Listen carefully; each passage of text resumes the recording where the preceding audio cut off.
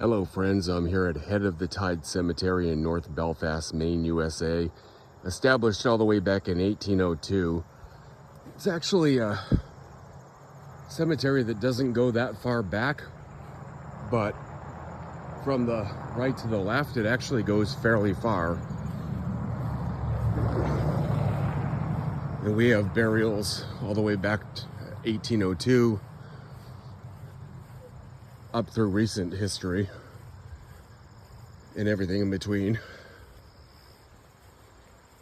So I see some ones from the early 1900s. You got Francis Russ, died September 24th, 1906, age 96 years, 7 months, 21 days.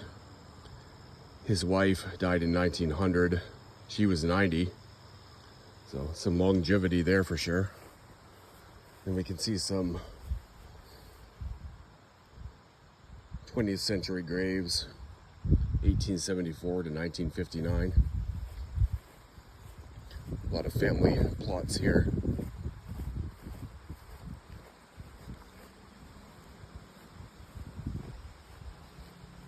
Rachel Cunningham died October 13 of 1891, age 14 years, 10 months.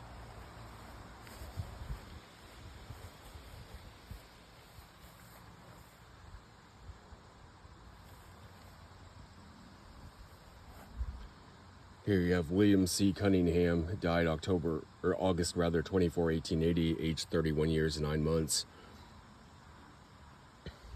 Abby Clements,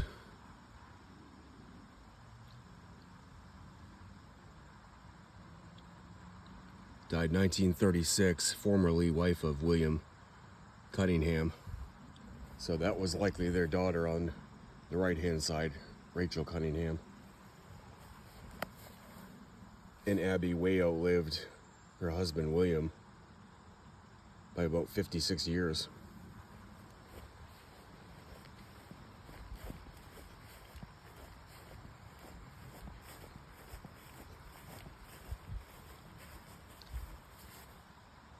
(1879). Most of these are late 1800s up through the 20th century, but of course we have some much older ones too. 1853, 1871,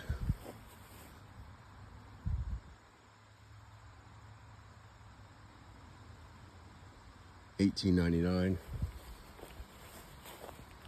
1910,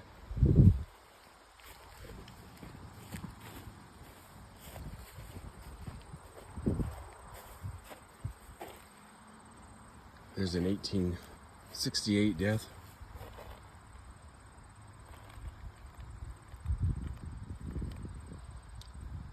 Louise E., wife of Thomas Gurney and daughter of Joel and Thurza Blood, died June 24, 1868, aged 26 years, 10 months, and 24 days.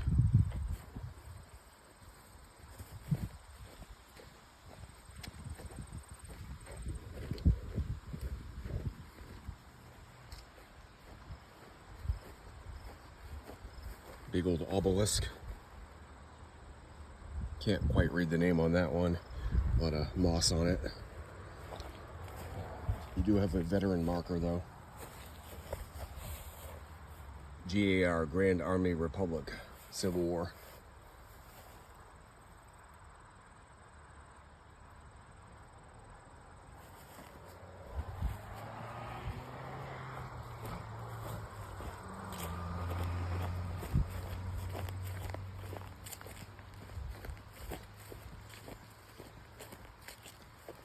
Far left corner of the cemetery from the road.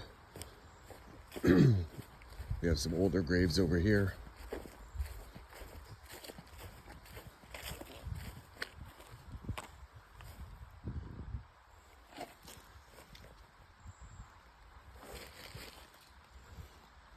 You got Gawain Armour, died October 3rd, 1826, age 61 years.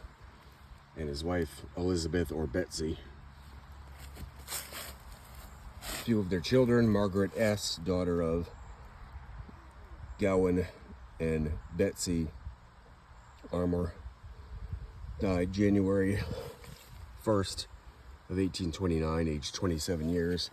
And there's James M. Armour, died December 14, 1839, aged 30 years. Their corresponding footstones and back.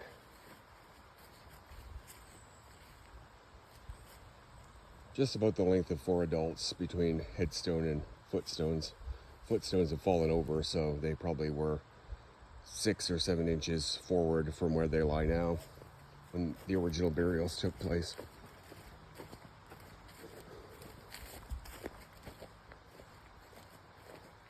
You have some big old family obelisks back here.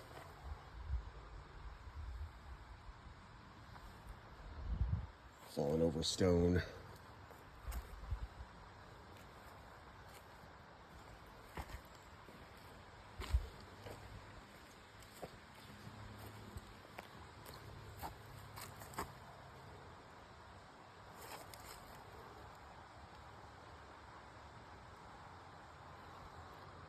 Thomas A. Beckwith, born December 29, 1811, died January 23, 1878. And his wife, Hannah E. Beckwith, born November 17, 1817, died in 1889. Pretty cool.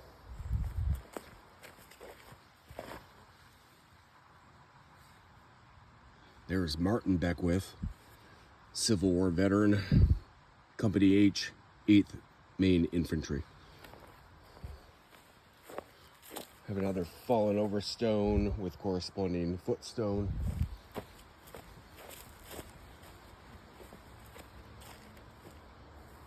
Another obelisk, Margaret H. Frost, Benjamin H. Frost.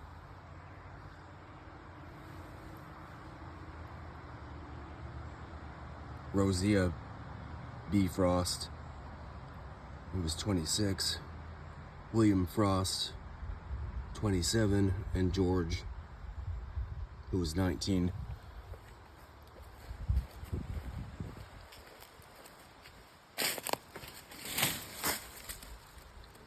Jesse Vickery, died 1879, age 68. David Vickery,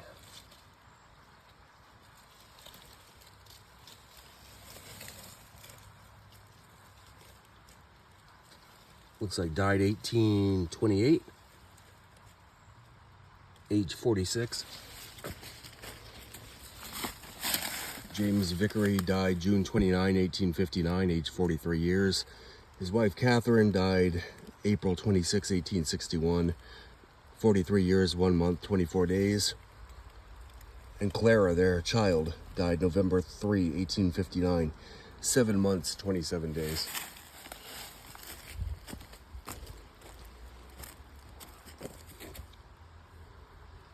Samuel Walton,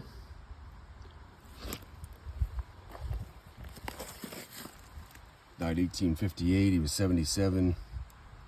His wife Patty died December 31, 1822, 39 years.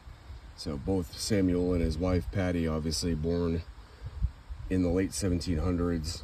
By my calculations, it could be a little bit off, but about 1776. Independence year for the United States, Samuel was born. Would have been thereabouts. It's an estimate. It says 77 years. He was born 1858.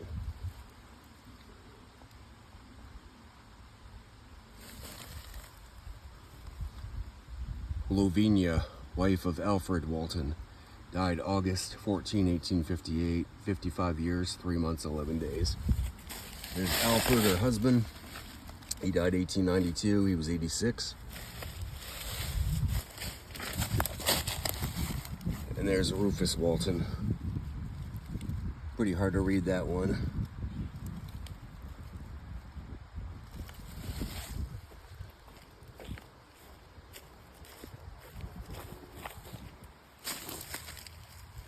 Somebody's footstone right there, but no headstone with it.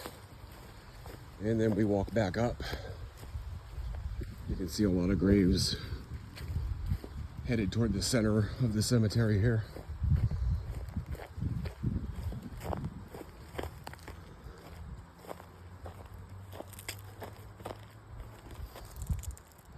I've actually never been to this cemetery. I just happened to be taking an alternate route home, and I'd seen it on Find a Grave before. So I thought I'd stop by and check it out. Looks like they used most of the available grounds.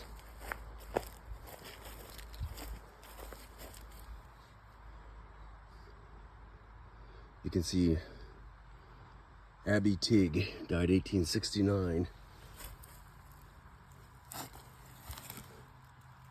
Age 78 years. This one I can't see the name because the top is missing, but it says died July 17, 1827, aged 22 years and 6 months. And I know that it was a husband and wife because on the bottom it says their infant daughter lies near her. Rest in peace, it says at the bottom.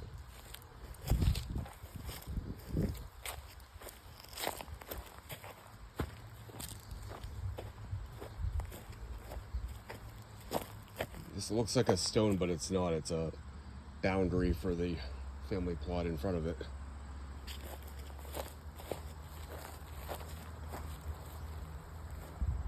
This is the classic mid-1800s stone of a young child. You can just tell by the font and the size of the stone. It's smaller, but it says Wakefield, son of R.W. and Mary T. Waterman, died May 3rd, 1851. He was 3 years, 1 month, and 6 days.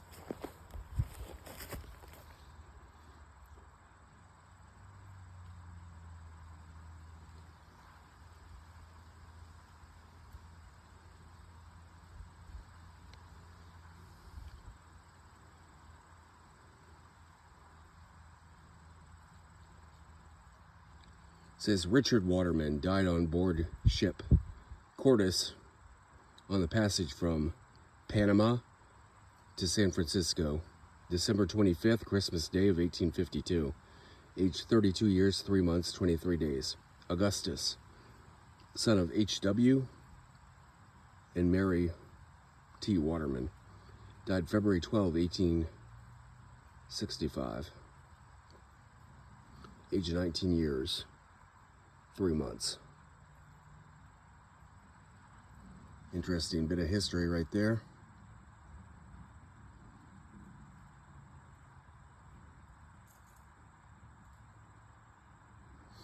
So Richard was born around 1820. It looks like Augustus and Wakefield there were his children. Not sure where the wife, Mary, would be buried, but likely she died after Richard at some point and is buried elsewhere, I would guess.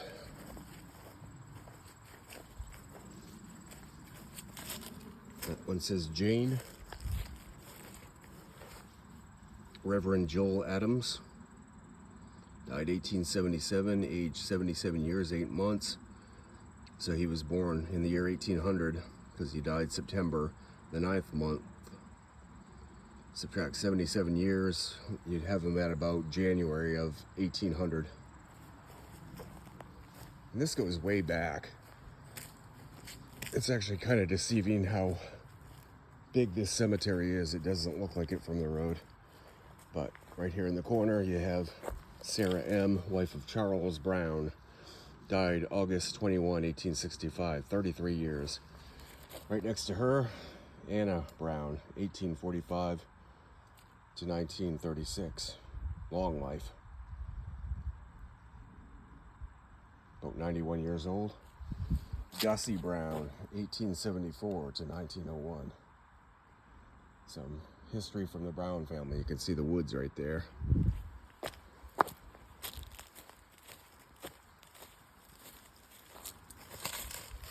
You got Eunice,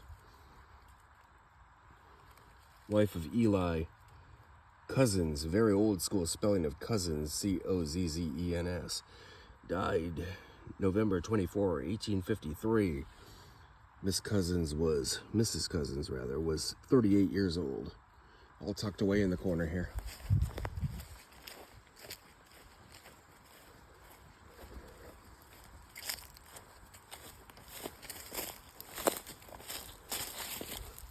Easy to miss some of this stuff right here on the ground. It says B and J WW. Right next to that, you have Caroline F., daughter of William and Augusta A. Gardner. Died January 10, or June 10, maybe, no, it's January 10, 1850, age 3 years, 10 days.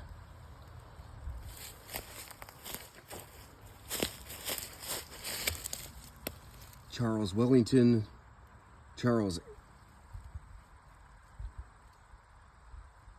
twin child of Jonas B. and Louisa Wilder.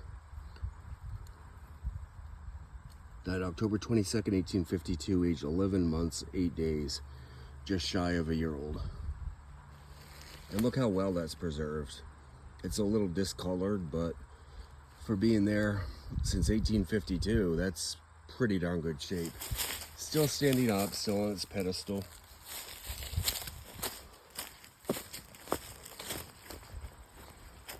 Find a Grave says this cemetery is 95% photographed, which is very cool for an old cemetery like that. Here you have Lydia Ferguson, daughter of J.W. and E. Wilder. Died September 10, 1868, age 13 years, 10 months. Right in front of her it says LRM, which doesn't match the last name.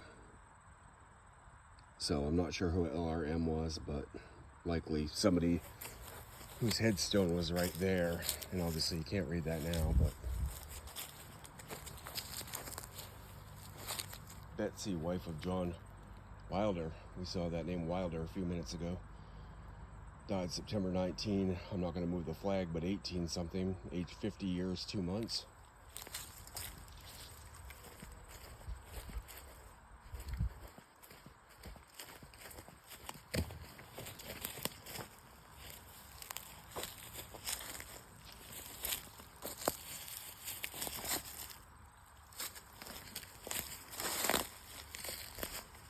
Just looking back at those ones behind her to see if it said Wilder on any of them.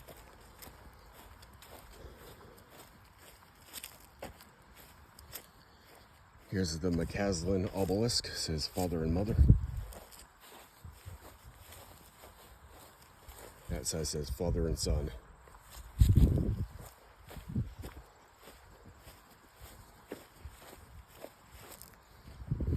Many other family obelisks. You see the occasional Civil War marker. There's a World War I veteran, Olin Amos Goodale, Massachusetts, Mech 103, Field Hospital, 26th Division, World War I, 1894 to 1962. Once in a while, you'll have the date of birth, but no death date. And the family might have not had the funds to have a death date engraved on there, or it was simply forgotten about. It just says Leona W., 1886.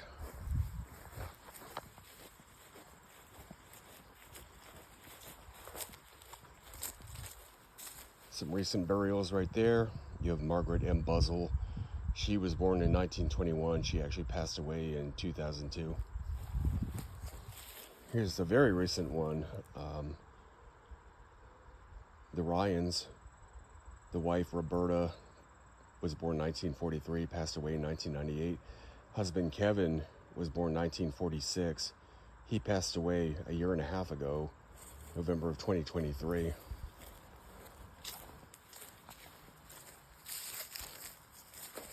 Classic funeral home marker that they would put there until the permanent marker right there could be put in. This is Christine Clark, 1877 to 1958.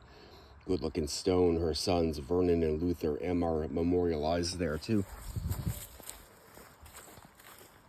Pleasant cemetery.